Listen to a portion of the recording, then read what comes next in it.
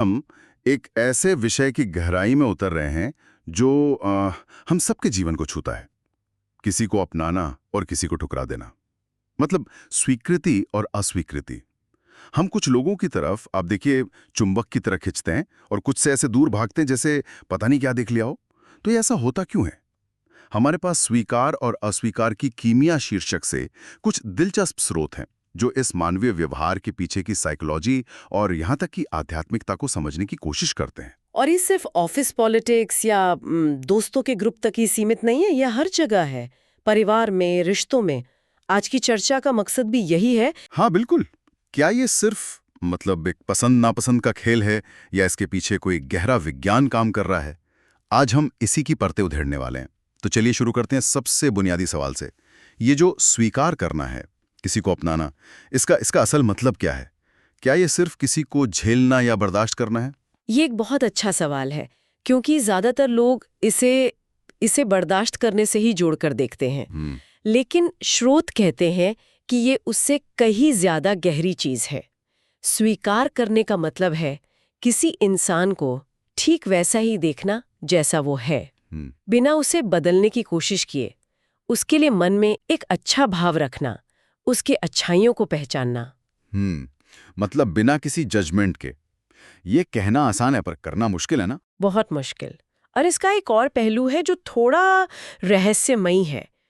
एक अदृश्य कनेक्शन, एक तरह की हमदर्दी जिसका कोई लॉजिक नहीं होता। स्रोत इसे एक आध्यात्मिक या कह सकते हैं ऊर्जा के स्तर का जुड़ाव कहते हैं।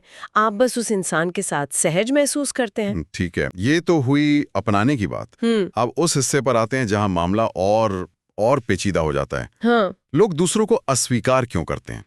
मुझे यकीन है कि वजह सिर्फ ये नहीं होती कि हमारी बनती नहीं है। स्रोत में कुछ बहुत ही हैरान करने वाली वजहें बताई गई हैं। हाँ। और ये वजहें हमारे बारे में बहुत कुछ बताती हैं। ये सिर्फ दो लोगों के व्यक्तित्व का टकराव नहीं है। एक बहुत ही दिलचस्प कारण जो स्रोत बताते हैं वो है प्रतिभा से डर। जब कोई इंसान बहुत काबिल या प्रभावशाली होता है तो कुछ लोग उससे असुरक्षित महसूस करने लगते हैं और उसे अस्वीकार कर देते हैं। एक मिनट, ये तो उल्टी बात हो गई। आपने बिल्कुल सही पकड़ा। ये सीधे सीधे हीनता की भावना, या जिसे इंफीरियोरिटी कॉम्प्लेक्स कहते हैं, उससे जुड़ा है। जब कोई किसी की काबिलियत के सामने खुद को छोटा महसूस करता है तो उस असहज भावना से बचने का सबसे आसान रास्ता उसे यही लगता है कि उस काबिल इंसान को ही अपनी दुनिया से बाहर कर दिया जाए। उसे अस्वीकार कर दो तो उसकी काबिलियत से सामना ही नहीं करना पड़ेगा।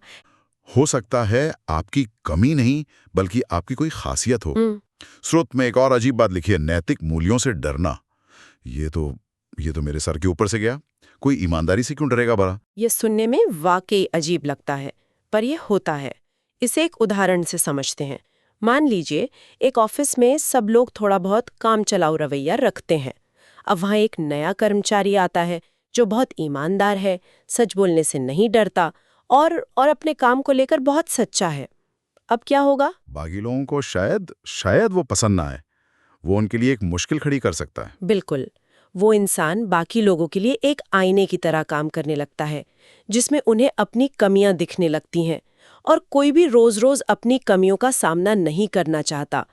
इसलिए उस आईने को ही तोड़ देना, यानी उस ईमानदार इंसान से दूरी बना लेना, उन्हें ज्यादा आसान लगता है। वो उसके नैतिक बल से वो डल जाते हैं। ये तो बहुत गहरी बात है।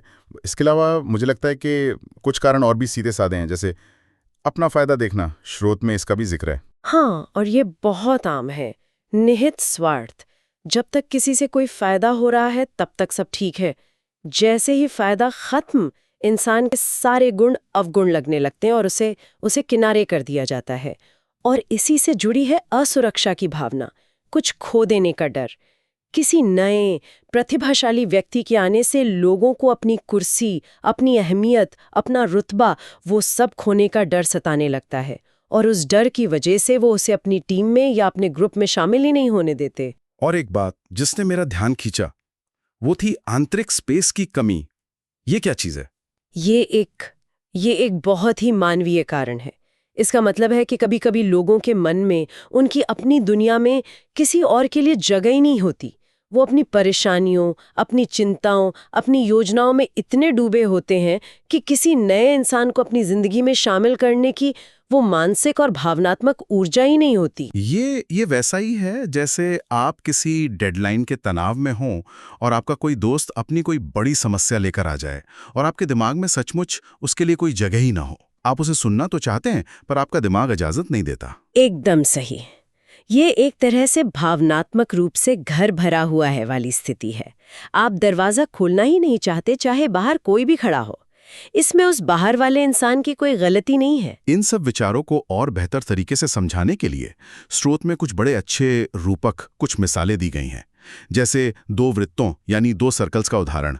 इसने तो मेरे सोचने का तरीका ही बदल दिया। हाँ, वो एक कमाल का उदाहरण है। वो हमें समायोजन यानी एडजस्टमेंट की सीमाओं के बारे में बताता है। स्रोत समझाता है कि एक बड़ा वृत्त छोटे वृत्त के अंदर नहीं समा सकता, लेकिन छोटा वृत्त बड़े वृत्त में आसानी से समा सकता है। इसका मतलब है कि आप किसी को जबरदस्ती खुद को स्वीकार करने पर मजबूर नहीं कर सकते। स्वीकार्यता हर किसी की अपनी क्षमता और दायरे पर निर्भर करती है। तो क्या असल जिंदगी में इसका ये मतलब है कि एक बॉस को हमेशा अपने जूनियर को स्वीकार करना चाहिए क्योंकि उसका वृत्त बड़ा माना जाता है, या ये 2 दोस्तों पर भी लागू होता है? ये हर रिश्ते पर लागू होता है। यहाँ बड़ा या छोटा पद या उम्र से नहीं, बल्कि चेतना के विस्तार से है। जिस व्यक्ति का दिल और दिमाग ज्यादा खुला हुआ है, जो ज्यादा समझदार है, उसका वृत्त बड़ा है। वो अलग अलग तरह के लोगों को अपने जीवन में जगह दे सकता है। जिसकी सोच संकरी है, उसका वृत्त छोटा है। उसमें कुछ खास तरह के लोग ही फिट हो पाते हैं। और इसी से जुड़ा बीजों वाला उदाहरण भी है, वो भी बहुत गहरा है। बिल्कुल। स्रोत कहता है कि जैसे सेब का बीज ठंडे इलाके में ही पनप सकता है और आम का बीज गर्म जगह पर, वैसे ही हर इंसान की चेतना रूपी बीज को भी खिलने के लिए एक खास तरह का माहौल चाहिए, एक खास समय, जगह और वैसे ही लोग। हर कोई हर जगह फिट नहीं हो सकता। अगर कोई आपको किसी खास माहौल में अस्वीकार कर रहा है, तो हो सकता है कि वो माहौल आपके खिलने के लिए सही है ही नहीं। तो इस सारी बातचीत का निचोड़ क्या है? अगर कोई हमें रिजेक्ट करता है तो क्या हमें ये मान लेना चाहिए कि हम में ही कोई कमी है? क्या इसे व्यक्तिगत तौर पे लेना चाहिए? और यही इस पूरी चर्चा का सबसे जरूरी हिस्सा है। स्रोत का मुख्य संदेश यही है कि इसे व्यक्तिगत रूप से नहीं लेना चाहिए। वो उस इंसान की अपनी आंतरिक दुनिया, उसके अपने मानसिक ढांचे, उसके डर और उसकी असुरक्षा से निकला है।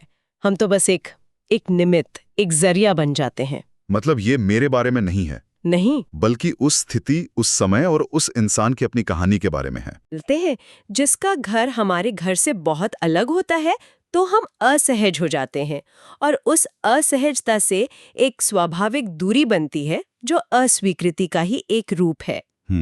स्रोत इसे जीवन के द्वंद्व का हिस्सा कहते हैं। जैसे दिन और रात या चांद का बढ़ना और घटना, ये एक नेचुरल प्रोसेस है। ये सब सुनकर तो ऐसा लगता है कि अस्वीकृति से बचना नामुमकिन है। सिक्के का दूसरा पहलू भी तो है। स्रोत बताता है कि जब हम किसी को अपनाते हैं तो कुछ कमाल का होता है। स्वीकार भाव के चमत्कार का भी जिक्र है। हाँ, और यह हिस्सा वाकई कीमिया यानी एल्केमी जैसा है।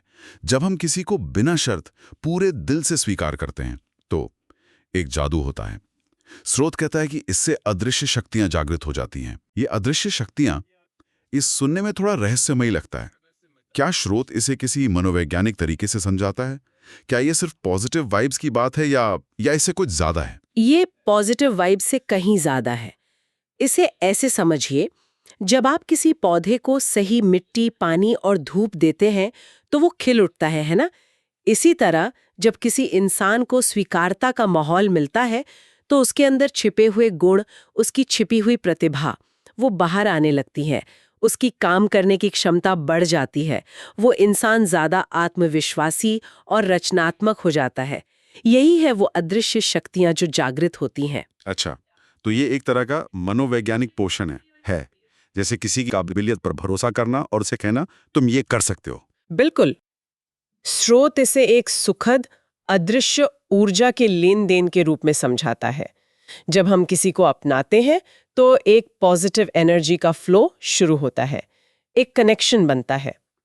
ये ऊर्जा का लेन देन इतनी तेजी और इतने सूक्ष्म स्तर पर होता है कि हमारा दिमाग उसे पकड़ नहीं पाता, बस उसका असर महसूस करता है। वहीं दूसरी तरफ अस्वीकृति इस ऊर्जा के बहाव पर एक बांध की तरह काम करती है। वो उस कनेक्शन को बनने से पहले ही तोड़ देती है।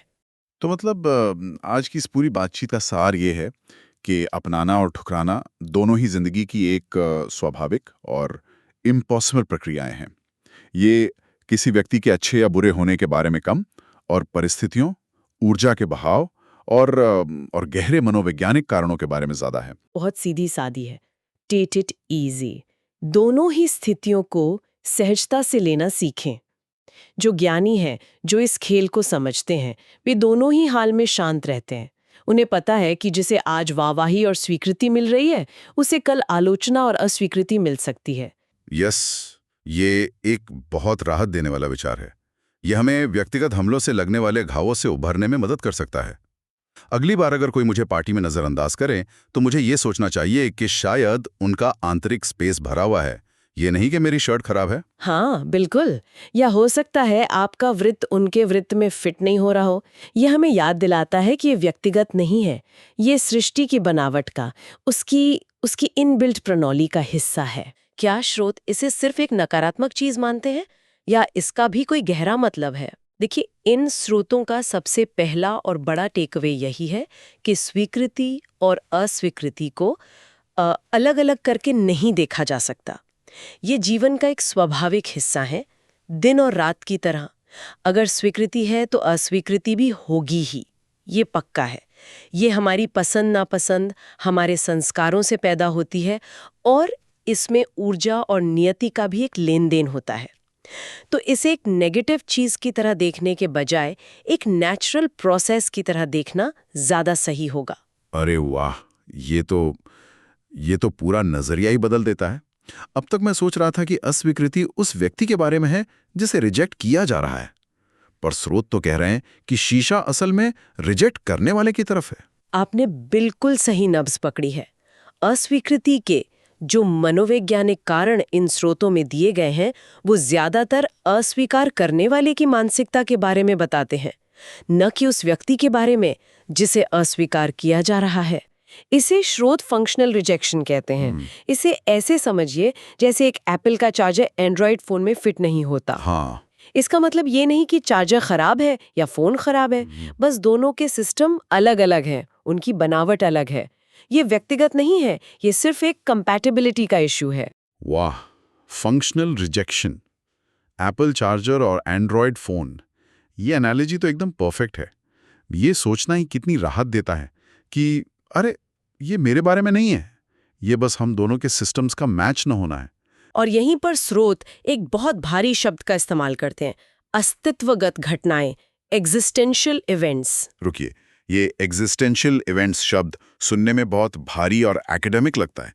इसका आसान भाषा में क्या मतलब हुआ? क्या इसका मतलब ये है कि जो मेरा बॉस मेरे आइडिया को रिजेक्ट करता है तो वो उसका या मेरा फैसला नहीं है, बल्कि ये तो बस किस्मत में लिखा था?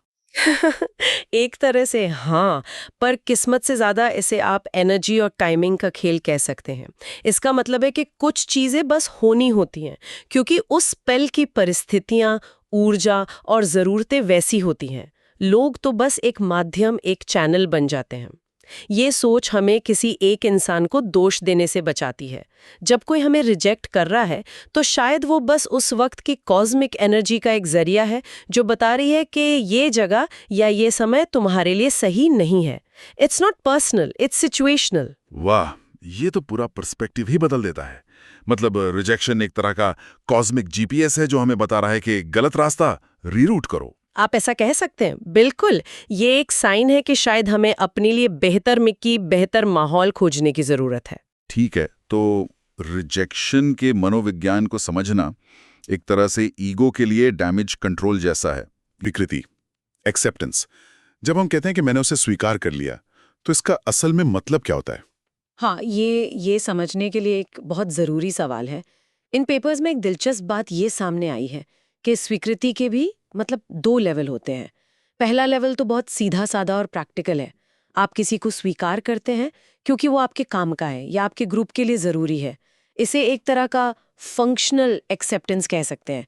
इसमें सद्भाव होता है पर ज़रूरी नहीं कि कोई गहरा कनेक्शन हो। अच्छा, मतलब हाँ, तुम हमारी टीम में हो, अपना काम करो, सब ठीक है। बस उस तरह का भाव। बिल्कुल बिल्कुल वही। लेकिन फिर आता है दूसरा लेवल, जो कहीं ज्यादा गहरा है। ये एक सूक्ष्म, एक अदृश्य जुड़ाव है। एक तरह की एम्पैथी कह सकते हैं, एक समानुभूति। इसमें आपको पता भी नहीं होता कि आप सामने वाले से क्यों जुड़ रहे हैं, बस एक एक कनेक्शन फील होता है। ये एक आत्मिक स्तर की स्वीकृति है, जहां आप किसी को उसकी अच्छाई बुराई के साथ जैसा वो है वैसा अपनाते हैं। तो ये जो एक्सेप्टेंस की एल्केमी है, क्या ये कुछ ऐसा है जैसे किसी सूखे पौधे को पानी देना? पौधा वही है, लेकिन पानी मिलते ही यानी एक्सेप्टेंस मिलते ही वो अचानक खिल उठता है और अपना असली पोटेंशियल दिखाने लगता है। क्या मैं इसे सही समझ रहा हूँ? ये समझने का बिल्कुल सही तरीका है। ये कोई जादू टोना नहीं है, ये बस सही माहौल बनाना है जिससे पोटेंशियल अनलॉक हो सके। जब हम किसी को बिना शर्त, बिना जजमेंट के स्वीकार करते हैं, तो एक पॉजिटिव एनर्जी का फ्लो शुरू होता है।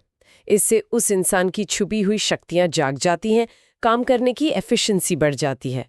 यहाँ तक कि स्रोत कहते हैं कि एक न्यूनतम मूल्य भी अधिकतम मूल्य में बदल जाता है। स्रोतों में ज्ञानी जन का जिक्र है जो इन दोनों ही सिचुएशंस में स्टेबल रहते हैं, और यहाँ तक लिखा है कि वे रिजेक्शन को भी एंजॉय करते हैं। ईमानदारी से कहूं तो ये सुनने में बहुत अजीब लगता है। कोई भला रिजेक्शन को क्यों एंजॉय करेगा? को एंजॉय करते हैं। वे समझते हैं कि उनकी मूल्य का सर्टिफिकेट नहीं है, ये तो बस एक फीडबैक है, एक डेटा पॉइंट है जो बता रहा है कि यहाँ एनर्जी मैच नहीं हो रही। तो वे दुखी होने के बजाय इस जानकारी का इस्तेमाल करते हैं। भावनात्मक रूप से स्वस्थ रहने पर बहुत जोर दिया गया है कि चाहे कुछ भी हो जाए, अपनी खुशी का कंट्रोल दूसरों के हाथ में नहीं देना चाहिए। इसके लिए राजयोग के अभ्यास का भी सुझाव है। ये आखिर में अचानक से कैसे आ गया? देखिए, ये अचानक नहीं है, ये इस पूरी चर्चा का प्रैक्टिकल सॉल्यूशन है। अगर हम अपनी सेल्फ वर्थ को लोगों की हाँ या ना से जोड़ेंगे, तो हम हमेशा एक इमोशनल रोलर कोस्टर पर रहेंगे। राजयोग यहाँ पर कोई रहस्यमयी चीज नहीं है, बल्कि एक प्रैक्टिकल टूल है। ये ध्यान की एक तकनीक है जो हमें अपने मन को स्थिर करना सिखाती है। ये हमें खुद को बाहरी घटनाओं से अलग करके देखना सिखाती है, ताकि हम अपनी खुशी का रिमोट कंट्रोल अपने पास रख सके, ना कि दुनिया के हवाले कर दें। जिसके बारे में सोचा जा सकता है। हाँ, ये पूरी चर्चा एक बहुत महत्वपूर्ण सवाल खड़ा करती है। स्रोत कहता है कि हमारी मान्यताएं और हमारे मानसिक ढांचे यही तय करते हैं कि हम किसे अपनाते हैं और किसे ठुकराते हैं। तो अगर ऐसा है, तो क्या हम जानबूझकर सचेत रूप से अपने उस ढांचे का, अपने उस वृत्त का विस्तार करने की कोशिश कर सकते हैं? क्या हम अपने अंदर दूसरों के लिए थोड़ी और जगह बनाना सीख सकते हैं? और अगर हम ऐसा करते हैं, तो हमारे और दूसरों के लिए क्या नए दरवाजे खुल सकते हैं?